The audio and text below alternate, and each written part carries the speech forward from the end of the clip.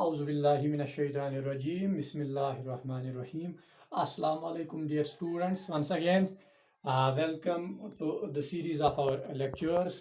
तो इससे पहले हमने एक लेक्चर दिया था तीसरे यूनिट पर वर्क एनर्जी एंड पावर। तो उसका जो पहला लेक्चर था उसमें हमने डिस्कस किया था वर्क क्या होती है, साइंटिफिक कंसेप्ट ऑफ वर्क क्या है, उसके यूनिट्स क्या बन जाते हैं, और वर्क की एक्सप्रेशंस पढ़ ली थी। और बाद में एक और एक्सप्रेशन ऐसे पढ़ी थी कि अगर हम फोर्स एक्सर्ट कर लेंगे ओब्लिकली तो तब वर्क डन हम कैसे निकाल सकते हैं। जैसे एक हमने पढ़ी थी W is equal to F multiplied by S, और दूसरी पढ़ी थी F into S cos theta. तो ये थीटा है, it is the angle between the force and the distance. तो ये पिछले क्लास में हमने डिस्कस किया था। तो आज हम work portion of this very unit जो वर्क बनाता है उसको कंप्लीट कर लेंगे। तो आज जो हमारा टॉपिक है that is work done against gravity. तो we are all aware of this very fact that earth attracts every other object towards itself. तो उसके लिए एक यूनिट है आपके सिलेबस में जिसको आप जिसका नाम है ग्रेविटेशन। तो अर्थ हर किसी ऑब्जेक्ट को अपनी जानिब खींचता है, तो वहां एक एक्सेलरेशन प्रोड्यूस होती है and that very acceleration is called gravity. तो अब अगर हम किसी ऑब्जेक्ट को रेज कर लेंगे फ्रॉम द ग्राउंड, ऑब्जेक्ट यहां था, इसको किसी हाइट पर पहुंचाएंगे, यहां तक पहुंचाएंगे। Now we are applying force and moving the object up to a certain height. So we are attaining some height, or we will say we have exerted force and covered some distance. So work has been done, but at every point, Earth attracts this very object towards itself. तो यहां जो हम काम करते हैं, we are doing that very work against the gravity. Hence, we are discussing here work done against gravity. तो एक illustration फिर से हम लेंगे ताकि हम समझ सकेंगे वर्क अगेंस्ट ग्रेविटी का मतलब क्या है। अगर हम एक ऑब्जेक्ट लेंगे, मान लीजिए ये एक ब्रिक है, इस ब्रिक को ग्राउंड की हाइट से लेके हमने यहां तक पहुंचाया। जब ये on the surface of ground थी तो यहां से हमने इसको लेके इस हाइट तक पहुंचाया। Let this very height is h, और इस ब्रिक का मास है m। तो वर्क डन अगेंस्ट ग्रेविटी में जो काम होता है, वर्क होता है, वो होता है बराबर एक बॉडी का वेट कितना होता है और मल्टीप्लाई कर लेते हैं उसने कितनी हाइट अटेन की। तो we will say work done against gravity, it is given by the product of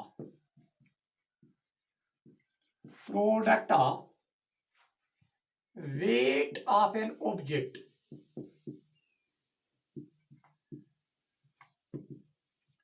and the height attained. Work done against gravity अगर हम इसको इन टर्म्स ऑफ रिलेशन लिखेंगे, it is equal to work is equal to weight multiplied by height. Now we will understand weight का मतलब क्या है। आम जिंदगी में, डेली लाइफ में हम वेट और मास को एक ही टर्म समझते हैं, एक ही क्वांटिटी समझते हैं, but it is wrong. Weight अलग एक फिजिकल क्वांटिटी है और मास अलग एक फिजिकल क्वांटिटी है। मास का मतलब है एक बॉडी में कितनी क्वांटिटी ऑफ मैटर है, दैट्स कॉल्ड मास। अब वेट का मतलब क्या है, इस बॉडी का मास है। अगर इसको हमने ग्राउंड की सरफेस से ऊपर लिया तो अर्थ इसको अपनी जानिब अट्रैक्ट करती है। तो एक जिसको हम ग्रेविटेशनल फोर्स कहते हैं, तो यहां एक्सेलरेशन जो आती है इसमें that's equal to small g, acceleration due to gravity. अब वेट का मतलब होता है कि एक ऑब्जेक्ट को अर्थ कितने फोर्स से अपनी जानिब खींचती है। यानी we can say weight is also force. यहां मैं लिखूंगा वेट जो होता है ये भी एक्चुअल फोर्स है। तो we say it's the force, it is the force with which earth attracts other objects towards itself.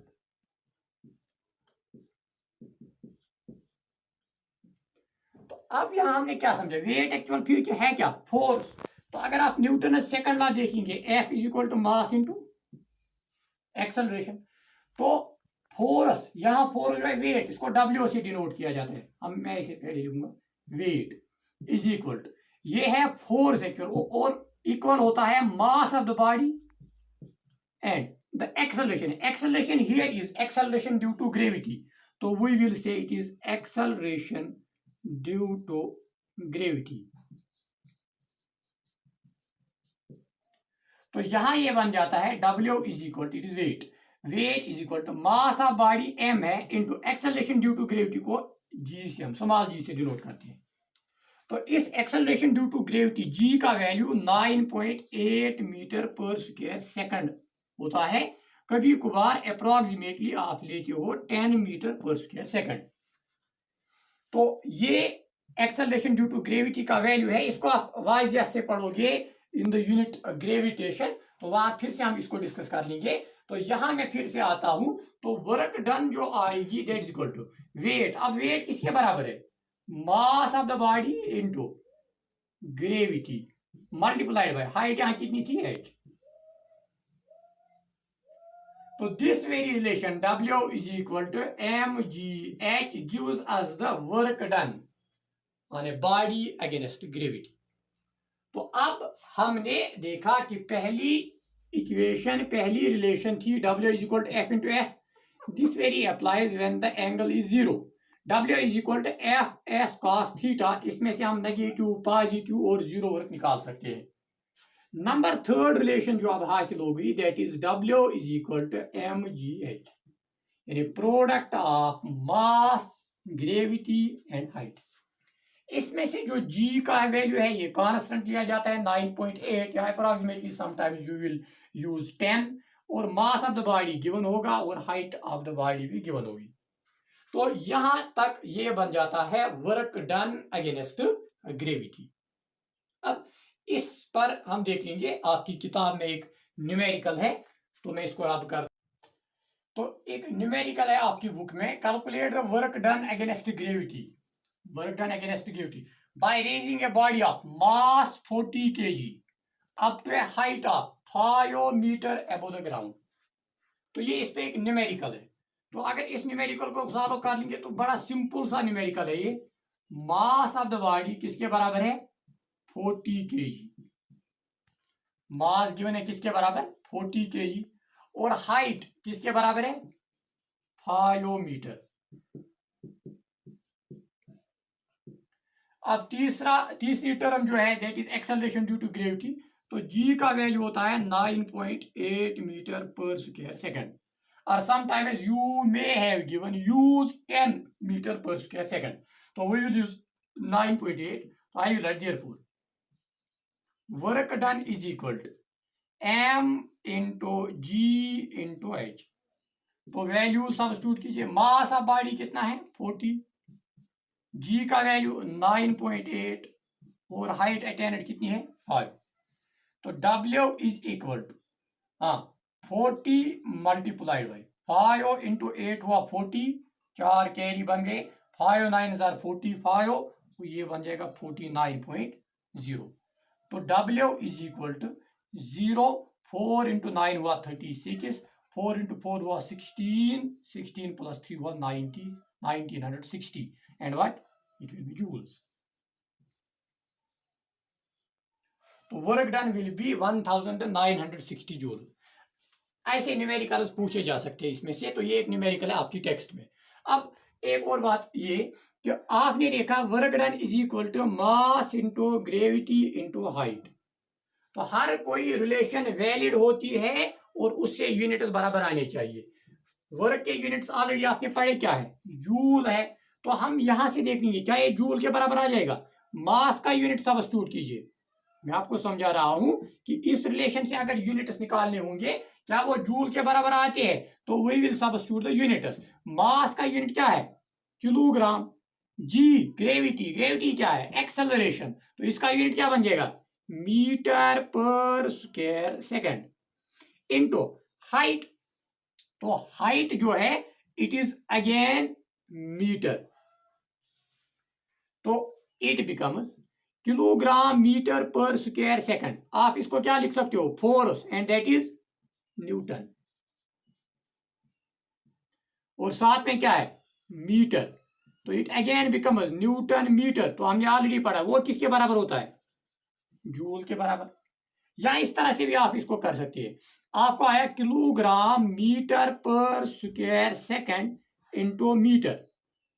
तो यहां से आपको ये भी पता चलता है, आप मल्टीपल कीजिए, it becomes kilogram, metre into metre क्या हुआ, metre square per square second या पर सेकंड स्क्वायर।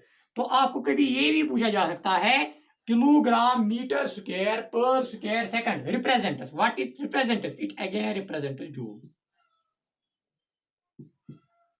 तो ये है section of the work in this very unit. तो नेक्स्ट इंशाल्लाह सेक्शन जो होगा दैट विल बी एनर्जी, वो हम इसमें से फिर एनर्जी डिस्कस कर लेंगे। तो यहाँ तक आप इन लेक्चर्स को अच्छे से देखिए और न्यूमेरिकल्स को देख लीजिए। तो तब तक के लिए खुदा हाफिज, थैंक यू।